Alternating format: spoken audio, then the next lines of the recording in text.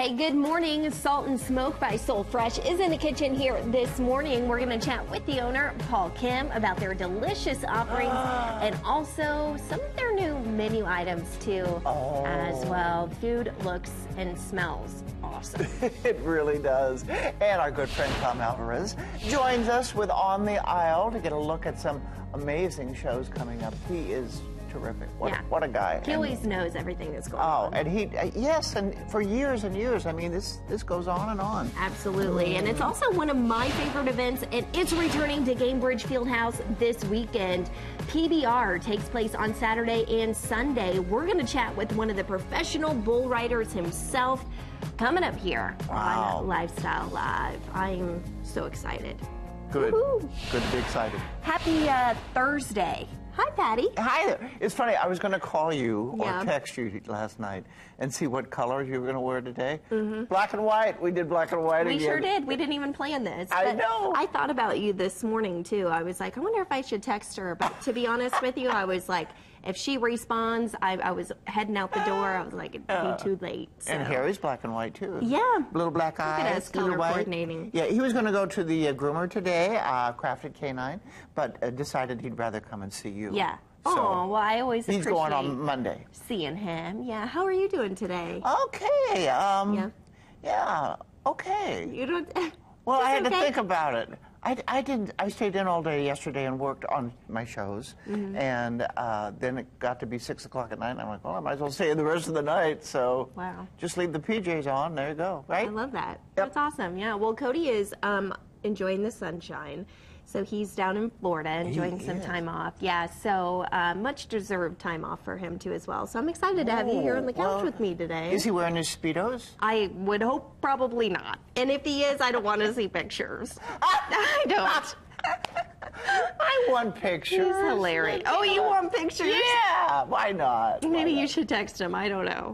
I don't know. See what he's up to. But yeah, no. Any big plans this weekend or anything? No. Okay. My weekends are rest stop for the rest of the week because we're busy, aren't we? Yes, we are. Yeah. Big plans for you? We actually are doing some wedding planning this weekend, and it's supposed to be nice. So I'm excited for nice weather. Hopefully, going to be outside a little bit. But this is in July. October. October. Yeah, October. So just some like little things that we've got to get done, and we keep kind of pushing it off. So I'm like, we have got to designate a weekend to like sit down and kind of go over some stuff. So well, you can always like run away, and then you don't have to do any of that. Well, I don't know if that's the answer to that. Oh, okay. You want to have your friends there. And Harry will be best man. Yeah, there we go. He needs a little bow tie on. You want to get to our question of the day today? You want me to read it? Sure, go right ahead. Sure. Yeah. That's why we get along. Sure. Today's question of the day is brought to you by Kitchen Saver Custom Cabinet Renewal. The question: if you won the lottery, what's the first thing you would buy? Okay, Nikki says, oh, so many options, but since I've always wanted a Mustang convertible, it would likely be that. A Mustang. Do they still make convertibles? Not much anymore. I'd like to buy a really pretty flower arch so it's more visual when we broadcast Marley and Addison's wedding live on Life.Style.Live. That's Cody, our Cody. Look at, Cody. Oh, my goodness. Oh, my goodness. I guess we had a lot of comments on our question of the day there. What would you get? What would I get? Well, first thing I think I would get is a new car, to be honest with you. A new what? A new car. A new car? Mm-hmm. What kind do you want? I don't know, but I think I need something. My back... My back windshield wiper has been broke for quite some time. Oh, it's really? a very, very easy fix, but it's one of those things where it just like hangs down on the back of my car. And every time I get in my car, I just flip it right back up. But I'm like, it's probably time to either get that fixed or just get a new car. What about you? Back in the day, I had at one time 2 Corvettes. Oh, wow, 2 Corvettes. Now I couldn't even get in anymore with my knee. So do it when you can, you know. That's the way it is. I had a Mustang once, too.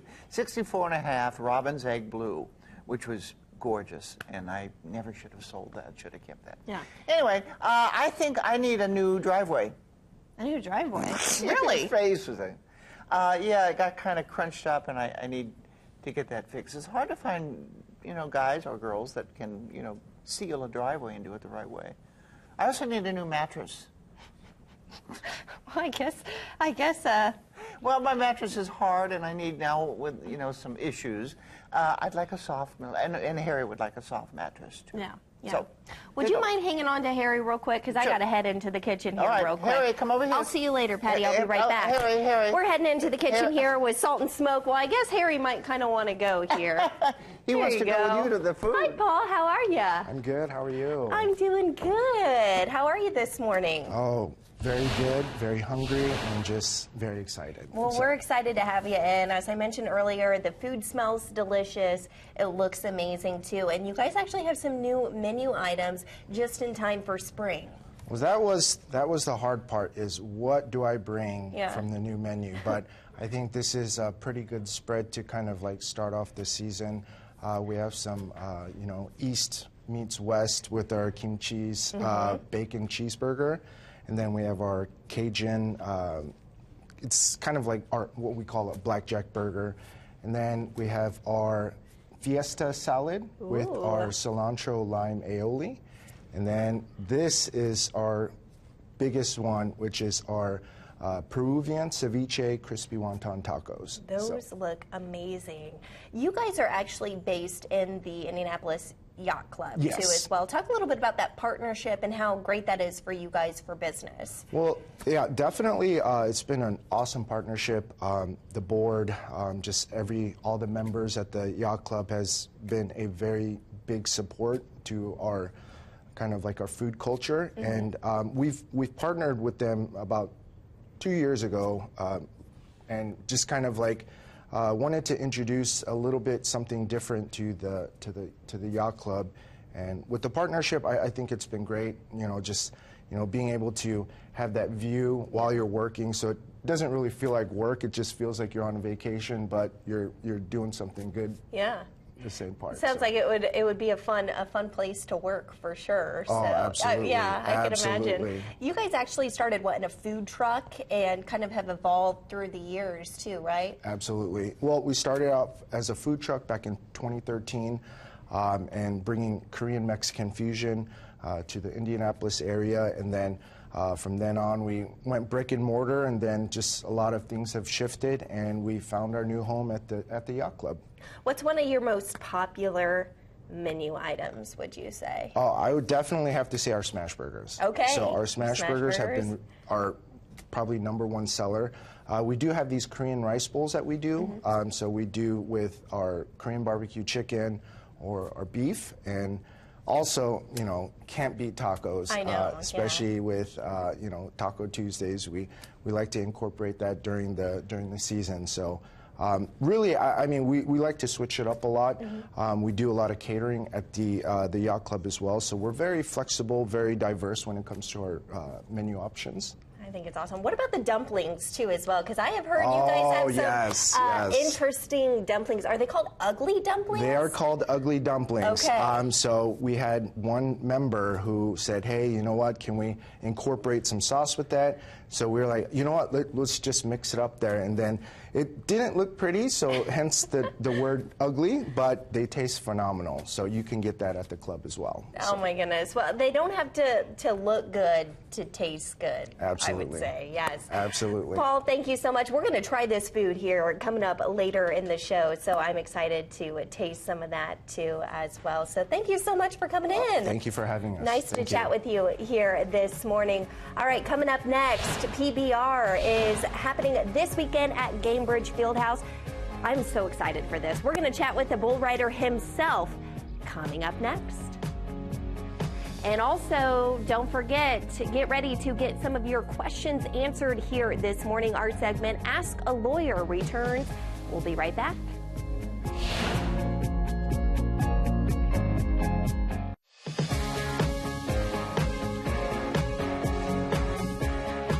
Well, welcome back. As we talked about, PBR returns this weekend to Gainbridge Fieldhouse, and I've got a professional bull rider here, himself, Colton Hevelow. He's a PBR rider. He's going to be competing this weekend here in Indianapolis. Colton, how are you? Good, ma'am. As somebody who grew up watching Lane Frost, I am so excited to be sitting right here beside you here today. I've got to ask, how did you get into bull riding just in the first place? My mom and dad rodeoed. My dad was a professional bull rider and bronc rider, and my mom barrel raced and rope growing up. So it's just something I was born into. You're from Oklahoma, too, and you get to travel all over the world competing, too. What's that like for you to just be able to see the world? It's my dream to be a professional bull rider, and it's all I've ever thought of and dreamed about since I was way little. So being a professional bull rider and get to ride in these cool arenas and historic arenas at that sometimes is something that we live through and we love to do. And you were the runner-up last year, too, as well, here in Indianapolis. So what's it feel like to be coming back this weekend? Are you a little nervous? How are you feeling? I've had a lot of success here before in the past 3 years, so I'm pretty excited and thankful to be here. And hopefully this year we don't end up second, we end up number one. Yeah, I actually went last year. I went on the Saturday night, but this weekend it's going to be what, Saturday and Sunday? Yes, ma'am. Taking place? Yeah, 7:45 on Saturday and 1:45 on Sunday. And for people who have not been, I don't think they realize, like, first of all, it's for the entire family. But second of all, I feel like PBR just really tries to make this so entertaining, and it's so much fun. Yeah, it's entertaining. You know, all them people, they don't get to witness that ever in their life. So to watch us crazy guys get on some wild animals with their own mind, their own heartbeat, is definitely shocking to them. So they get to come out and watch something that they don't ever get to watch. I feel like as a fan, too, like when you're sitting there in the audience, like you yourself get an adrenaline rush, you know, just watching you guys. So what is that experience for you to, you know, get on the bull right there in the chute and wait and go out? Like, what is that adrenaline rush like for you? You know, it's different. You know, I've done it my whole life, so the adrenaline is completely different to what a beginner would experience. You know, everything we've learned, we craft it. We make sure we train and breathe and live it day in and day out. Some beginners, you know, they get to experience this. Everything we've trained on and worked on our whole life, it'd go completely out their mind, out the window, and when they have to do it. But for them to witness it and experience it, it's pretty life. I'm so excited. I think that this is amazing. I think it's so cool. I love it so much. I think it's just awesome. For you, too, what does that training and preparation look like that you kind of talked about? It's 24/7, day in and day out at home, getting on practice bulls, eating right, drinking the right things, working out, putting our body through the things it needs to go through to be prepared for every weekend, because a bull does weigh upwards of a vehicle sometimes. So, you know, they're a lot bigger than us, being 150 pounds. You know, it's a lot getting on a big 18 to 2,000 pound bull. So it's a lot. So we got to prepare ourselves for that moment. Well, good luck to you this weekend. You, it was so nice to meet you. Thank you so much. And we'll have all the information about PBR taking place this weekend here in Indianapolis over on our website. Good luck to you, Colton. Thank you. So excited for you. Coming up next, do you have questions that you might want answered by a lawyer? Well, you're in luck if so. After the break, we're going to get those questions answered in our Ask a Lawyer segment. Cool.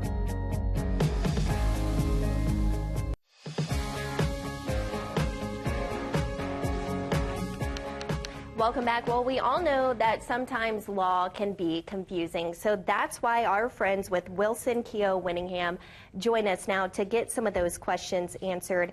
Kent Winingham joins us here now. How are you this morning? I'm great. How are you, Marla? I'm doing good. I've got some viewer questions here because, as I said, law can be really hard to understand, so I love this segment because it really breaks it all down here for us. You want to get started with our first question here? Yeah, it's hard for me sometimes too, so. Yeah, we'll see what we got here. Okay, first viewer question here that we have is, what is the difference between common law and civil law? Okay, pretty nuanced. So common law is this kind of centuries-old concept that was developed in England, which we use here in Indiana and the United States, where it's kind of the idea that the law is set not based on like statutes, but it's binding judicial decisions. So general concepts like negligence or contract law, that's what common law is, versus civil law is really historically it's based on statutes. And here we kind of combine both of them. We incorporate common law principles, but we also have statutes that we use as well. Okay. Moving on here to our second question. What happens when a law is considered unconstitutional? Doesn't exist anymore, right? So you can't prosecute someone either criminally on it or civilly. So, in Indiana, if a bill is passed and that bill is challenged eventually, the Indiana Supreme Court can declare it unconstitutional. Same thing like with federal law. If that is, a claim is made that it's not constitutional, the United States Supreme Court can declare it unconstitutional. And then it doesn't exist and it cannot be used as an enforcement mechanism at all. Huh. I did not know that. There you go. Very, I feel like that answer is just kind of plain and simple. It doesn't exist. Kind of. Okay, what is the purpose of the statute of limitations? This is a good question. Mm-hmm. It is a good question. It's kind of, I think fairness is one of them, right? Mm-hmm. I think the idea is that there should be a certain time frame within which, you can make a claim or file a lawsuit. I think that's the idea. That's only fair for people who a claim might be made against. And also that, you have an idea about maybe you've been injured or something has happened to you. So you have a time frame. Your clock starts ticking. In Indiana, it's 2 years generally in a personal injury case. Okay. But if you have, say a medical malpractice case, it's 2 years from the date of incident typically, but there are exceptions to that. For example, if you should have been diagnosed with cancer, you weren't, and then, a year and a half later you find out, wait a second, I should have been a year and a half ago, but now I know. That clock might start ticking at that time instead of when you should have been diagnosed. So there are some exceptions civilly, and then criminally, really serious crimes like kidnapping, murder, there is no statute of limitations, but on misdemeanors there are. So going back then to the civil, I would assume you would want to reach out as soon as something were to arise. You wouldn't want to wait that 2-year period or whatever the case is. Yeah, absolutely, because especially in instances like a medical malpractice case, I need to review, along with our staff and my nurses and experts, all of the relevant records before I can make a decision about whether there really is or is not a case there. That takes time, so if you're coming up on 2 years, that can be a problem. Yeah. I feel like that would kind of maybe almost work against you a little bit. I don't know. Yeah, it does. It can be difficult if someone comes to me, right before the 2-year statute of limitations, and they've got a really, really difficult issue in their life, and they might have a case, and I say, I don't know if I can do something for you. Yeah. Okay, what is or why is the burden of proof different in civil? Oh, wait, we just did that one. My bad. Moving on to the next one. What is it? No, we didn't do that one. Yeah. Okay, why is the burden of proof different in civil versus criminal cases? Next time I'm going to have a pen and write these off as I go. Red line I do. Yeah, literally. So in criminal cases, as a reminder, the burden of proof is beyond a reasonable doubt, whereas in civil cases, it's a little lower burden of proof. It's by a preponderance of the evidence, is the fancy word.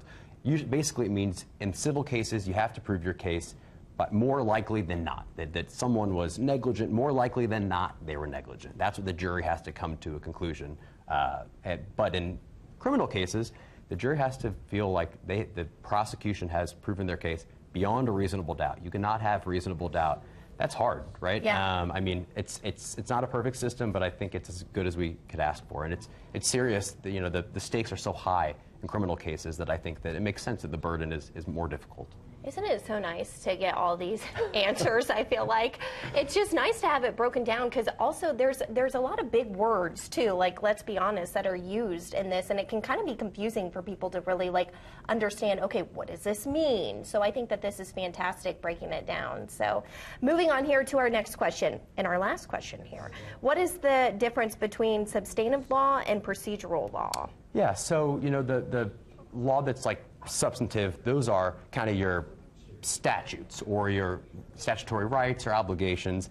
Then the procedural law is kind of the mechanism and methods by which those are enforced, right? So, in a criminal context, for example, the substantive law might be the charge, that someone's charged with first-degree murder. The procedural law might be the way that you actually, with probable cause, then go and get a warrant to maybe search someone's home and then arrest them. So that's the procedural part, but the first one is a substantive part. Makes sense. I took one media law class back in college, and I'm like, this is kind of coming back up in my brain. Thank you so much. Thanks so much. I appreciate it so much. And as always, you can always get some of your questions answered, and we can read them right here live on our show. You can do that over on our website, Life.Style.Live.TV. Thank you so much. Good to see you as always. Patty, I'm sending it over to you on the couch there with our good friend, Tom. Very important, very important. Thank you. And also very important is a little entertainment. We have Tom Alvarez here on the aisle, and You're also a big pet lover, aren't Oh, besides the arts, you know how much I love animals. You went right over to we're going to talk about the Wiz I saw it the other night. It's an update. You know, I think it was first presented in the 70s. So they've updated the music, you know, the writing, everything's changed. And oh my God, the talent was just out of this world. But you know what? I noticed they didn't have a Toto. And Harry should have made a guest appearance. He would have been I wish perfect. I'd known that. Anyway, it's a great show. You know, it's eye-popping. The costumes, the lighting, everything, and the talent. They are just extraordinary. Look at the vocals were just like impeccable. Really wonderful singing, dancing. And just a lot of energy. Actually, it's not that long either. It's like 90 minutes. It goes very quickly. Good. So get your tickets because I think they're gonna do really well here with that show. Okay, next is Women's History Month is coming up, and or is already here. I'm not sure, but anyway, there's a conductor. She's a really famous, well-known female conductor. There are a few around, and they're really making some gains in the world of symphony orchestras. And so there are some women soloists in this production as well. So catch that this weekend, the Indianapolis Symphony Orchestra at the Hilbert Circle Theater. And then lastly, this is my pet project. I'm thrilled that we're bringing Ann Hampton Callaway. She is a renowned symphony performer, concert star, and recording artist, and she is appearing at the Cabaret Friday night, and I want you to take a look at this trailer. And listen.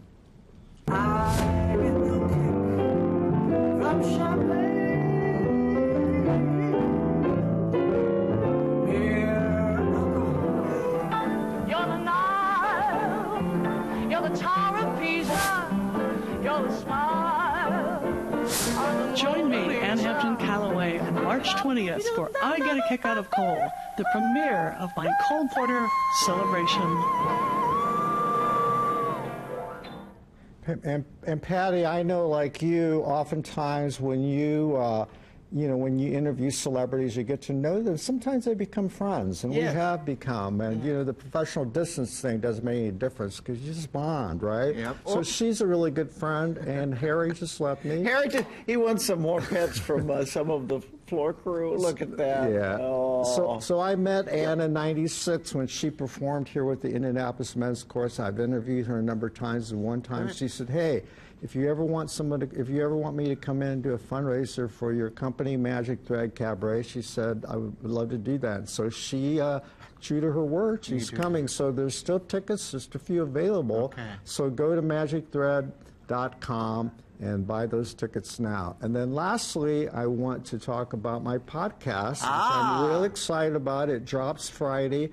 And my guest is Sandy Patty. Oh, yes, I know Sandy. And she gave me an exclusive. Yes. I can't tell you. You're going to have to listen to find out what it is, but it's big. Yes. It's big, so catch it on listen to my podcast. It's available wherever you get your podcasts. Just Google On the Aisle with Tom Alvarez. And, of course, the shows that I mentioned. I saw The Wiz, of course, but I will be reviewing Women's History concert, and go to tomalvarez.studio to read my reviews. And but listen to the podcast, and if you've not heard my podcast over time, you're just discovering it, become a subscriber. So you know what? It's so wonderful to talk to you because I don't have to do anything. He does it all. He does all the work. Well, as you know, I've been around a while, so this wouldn't be my first rodeo like the guy who was on it before. Oh, rodeo. There you go.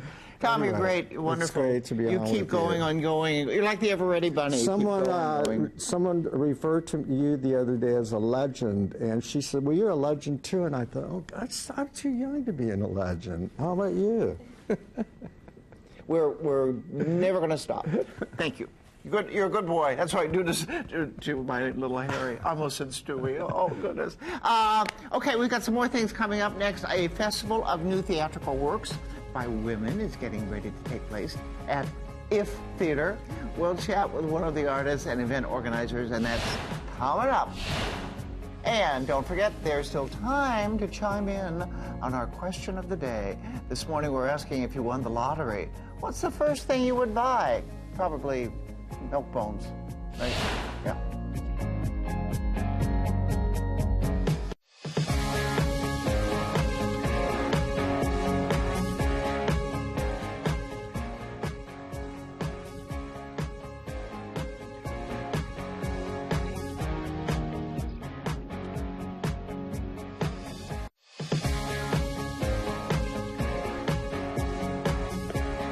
All right, we're back here in the kitchen with Paul. We did not try any of the food earlier. It's too pretty. I know it is pretty, but we've got to dig in and try some of this. I want to try one of the tacos. Can you remind our viewers what is in those tacos? So the tacos are basically our twist on ceviche. And so we took cured shrimp and then we salted it and seasoned it. And we have our signature cilantro lime aioli. Wow.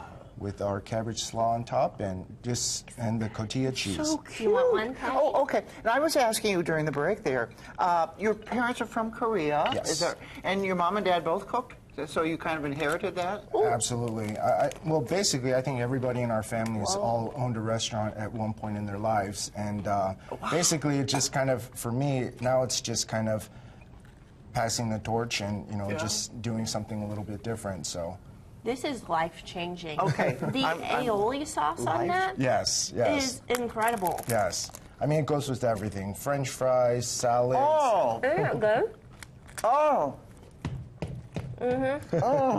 Oh, what's that sauce again? So it's a cilantro lime aioli. So we make that signature every day. That is so good. Yeah, can you buy the sauce separate too? We can make that happen. You can make. Yes. Oh, yeah. Wow. It's delicious. Okay, also too, the burgers on here. I love how there's bacon on it, but you guys don't skimp on the bacon. That's some good thick bacon. Nobody wants a burger when there's like hardly any bacon on it. Absolutely. So we use thick cut applewood smoked bacon. And basically, I mean, bacon makes everything taste better. And so this burger right here is actually new on our menu this year. It's called the kimchi cheeseburger. So we have pepper jack cheese, we have caramelized kimchi, which is a Korean kind of staple, but we just kind of put our own twist to it. And in any Korean barbecue that you go to, you're always going to have pork and kimchi together, so we incorporated that in the burger. So I'm going to cut this. Yeah, I was going to say that's a good sized burger. Now, it's funny, when you see Cody, he'll put the whole big burger in his mouth. I don't know how he does that. Oh, my goodness. Oh. And what's this called again? So this is the kimchi burger. All right. Wow. Thank you. You're welcome. Yes, you need a lot of napkins. Yeah. We keep the napkin companies in business. I was gonna say, yes. Bacon. Oh, let me try this.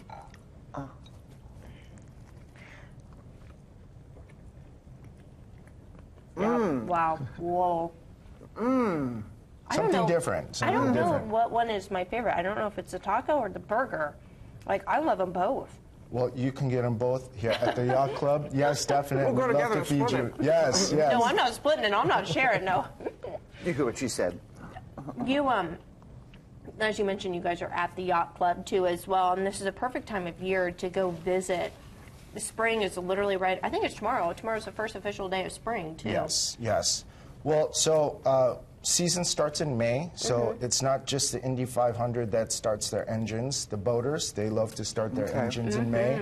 And so definitely right now we are accepting new members. So if you are interested, give us a call. We'd love to have you guys tour the club. Absolutely. And you get to have the food too. So you know what? Can you put the camera down a little bit? I'm going to throw a little piece of bacon down. Harry, come on. You got so much bacon, I gotta get a little piece. Harry's taking a nap over there. Okay. What is that burger? That one has there he is. On it. So this one here is the blackjack burger. So this also has pepper jack, fresh sliced jalapenos, and bacon, and we have the chipotle aioli for this one. Oh my gosh. So this if you is like the best a little show kick, in the this world. one, yes. If you like a little kick, this will definitely do that for you. Oh, okay. Well, We'll see how this goes. I don't know. You like spicy stuff, Patty? I take that Food as a too, yes. yes. Yes. I like everything spicy. Yes, yes. Oh, spice makes everything nice. Oh, boy. And even Harry liked it. This is really good. Well, I like thank the you. different flavors. Thank you. Thank you. I mean, we get so used to the same thing, but this is good. Absolutely. Thank you so much for coming in today. Oh, thank You've you been for feeding having us us. all this amazing food. I'm like, I'm getting stuffed over here. Yes. Thank you so much. Thank you. Thank you. You guys might need a nap after this. We're going to need a nap. We'll be right back right after the break.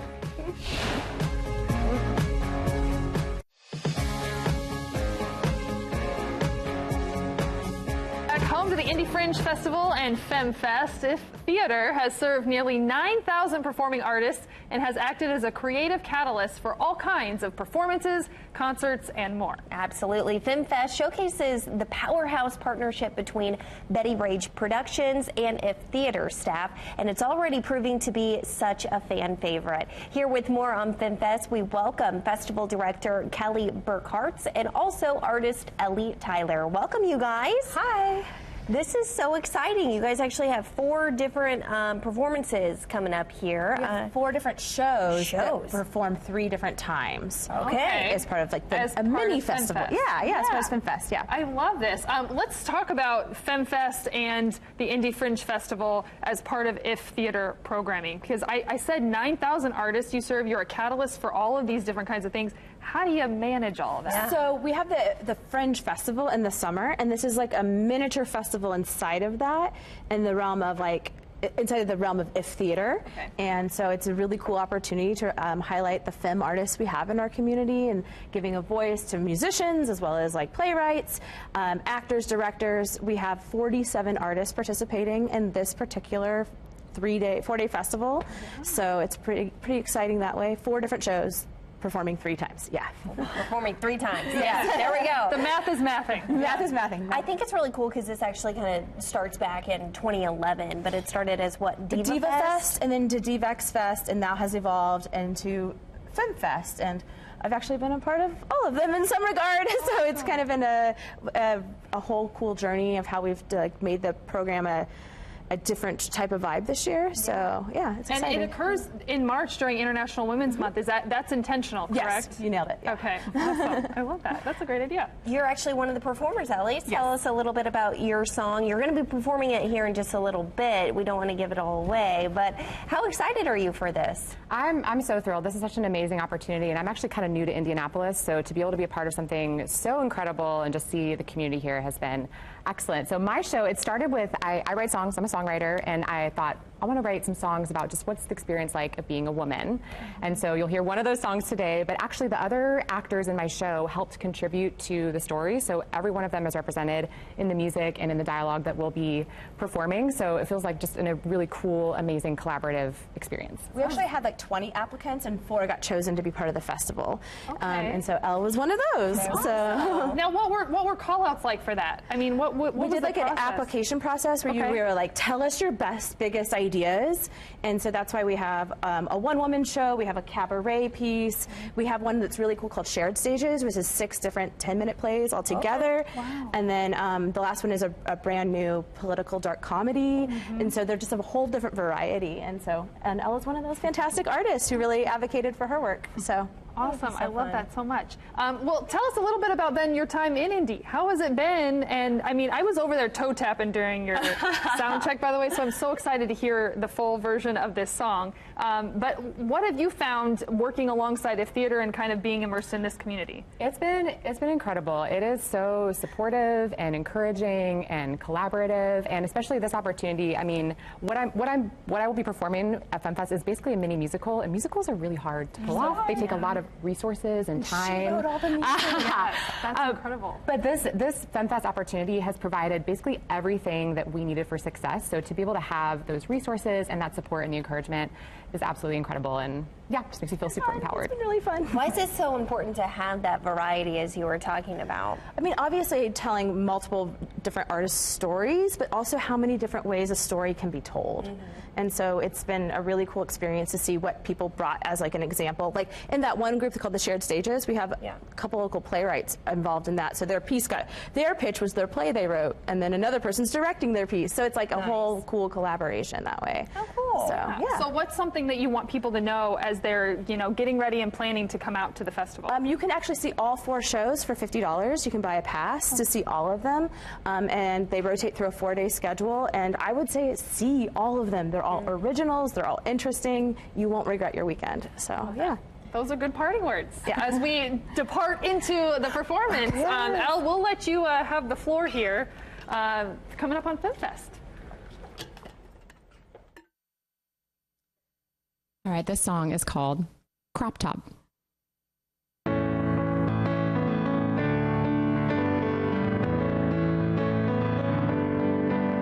I wanna get back into shape. It's been a long time since I wore a size 8. I wanna be strong.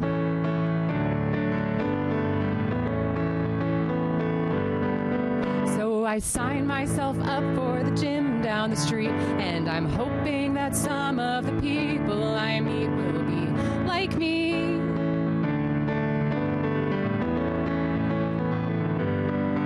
Simply average in every way, not really caring how much we weigh, just daring to take a few steps to feel comfortable in our skin.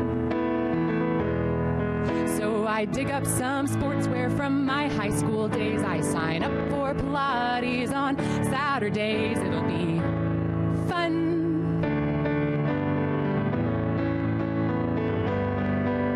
I walk in the door, and before my eyes, to my surprise, it's full of super hot crop top muscle moms. Yeah. Super hot crop top muscle moms. Not a shred of body fat and just a couple tasteful tattoos on these super hot crop top muscle moms. I've never seen so much Lulu and Prada. Not a wrinkle on their faces. My 11s are disgraces next to super hot crop top muscle moms. Well, I got my tush handed to me on the mat. I could hardly walk for a couple days flat. I'm not strong, but I'm getting stronger. I buy a new matching set from the Gap, thinking that might make me feel more attractive and cool.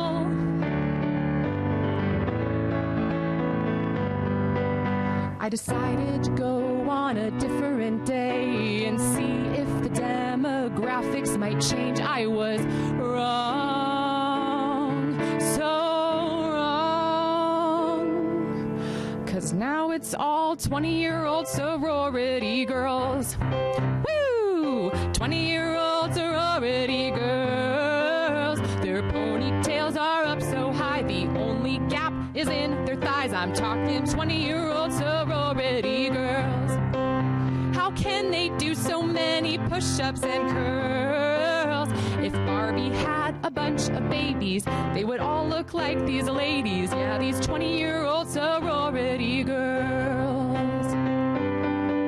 Now I know there's nothing inherently wrong with six-packs or sororities, but it can feel kind of crummy when you're not in the majority. But I keep showing up and I keep getting stronger, and one day I realize that I am no longer comparing myself to everyone I see.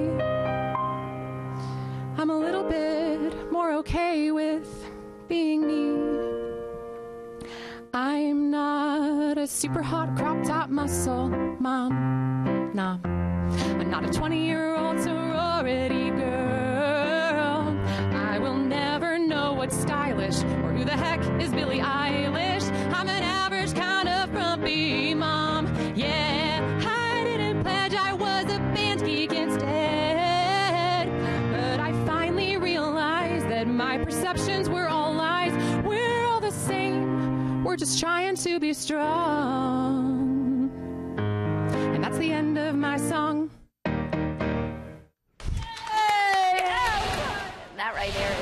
catchy song, and that's the end of my song. I love it. You can see her at the theater. We'll have it all linked on our website. There's our beautiful flowers, courtesy of our good friends over at Gillespie Florist. Of course, you can learn more about their nationwide delivery at Life.Style.Live.TV. All right, Jen Nwanda, landscape contractor for This Old House and Ask This Old House, will appear at the Flower and Patio Show here in Indianapolis. She's going to be sharing some tips on creating outdoor spaces that are both beautiful and also functional too as well. With more than 2 decades of experience in landscape design and construction, Jen is known for her practical, creative, and also environmentally responsible approach to transforming residential landscapes. Welcome to the show here, Jen. Jen, so nice to meet you. How are you? Nice to meet you too. Hey, I am fantastic. Spring officially kicks off tomorrow, so this is a perfect time to talk about how we can transform our landscapes for spring. What is the best approach to kind of do this and get this done? Well, it depends where you live and what you have, and if you still have snow on the ground. Like ours just melted here in Boston last week. But you know, you want to get out your tools and clean everything off, and then just start doing your initial cleanup in your yard. Maybe get a pressure washer, get off some of the mildew of your deck or your patio. Just like start preparing for the season. You know, if you're going to have vegetable gardens.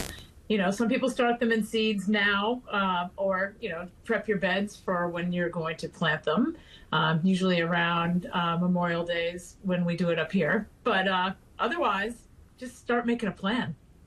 Well, tell us about what your plans are for the Flower and Patio Show taking place here in Indianapolis. You're going to be there. How excited are you for this? Oh, I'm psyched. I've never been to Indianapolis, so I am excited to meet the people and see what the whole area is all about, you know, see what kind of plants. You have a similar planting zone. So, you know, I'm really looking forward to it. Well, This Old House is obviously such a great show. So how do you continue to view your experience and time there with that show? How do I view my experience? We have a whole lot of fun, I'll say that. It's, you know, we get to do what we do in our so I have my own company. Everyone on the crew has their own company. And then we come together on the show to do what we do on the show. And it's just fun. It's a great collaboration. And we just, you know, you get to work with some of the best tradespeople out there and just have it all come together and come up with a really sweet plan for all the homeowners on This Old House. And then on Ask This Old House, that's the spin-off show where we go, we're kind of like the doctor for the day. Someone has a drainage problem or someone has, you know, their doorknob fell off, like try to teach like little skills that people can take home and do themselves, so to really empower you that you can do it. Well, I've got to ask, what are some of your best tips and maybe tricks to get our green thumb working this year just in time for spring?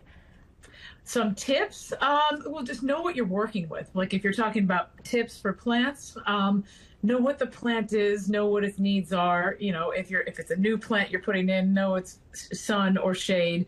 Just know how big it's going to get. You know, you don't necessarily have to fertilize. A great thing to do is a soil test. You could send it to your local extension school to see. So some people just get a bag of fertilizer and chuck it on, and sometimes you don't necessarily need it, or you might need one little particular thing. So try to inform yourself before doing things. So you'll actually save money and then help the environment as well to not, you know, you don't want runoff of fertilizer into the lakes and stuff like that. So I don't know. I'm going on a tangent. What else do you want to know? Yeah, no, that's fantastic. I think that those are some great tips for us, too, as well. We are so excited to have you here in Indiana, let alone in Indianapolis. Your first time in Indy, it's going to be fantastic. There's a lot of great local places to visit while we're here. So thank you so much for joining us here. And, of course, we'll have more information about your time over at the Flower and Patio Show over on our website, Life.Style.Live.TV. Thank you so much, Jen. You're welcome. I'll see you soon. See ya.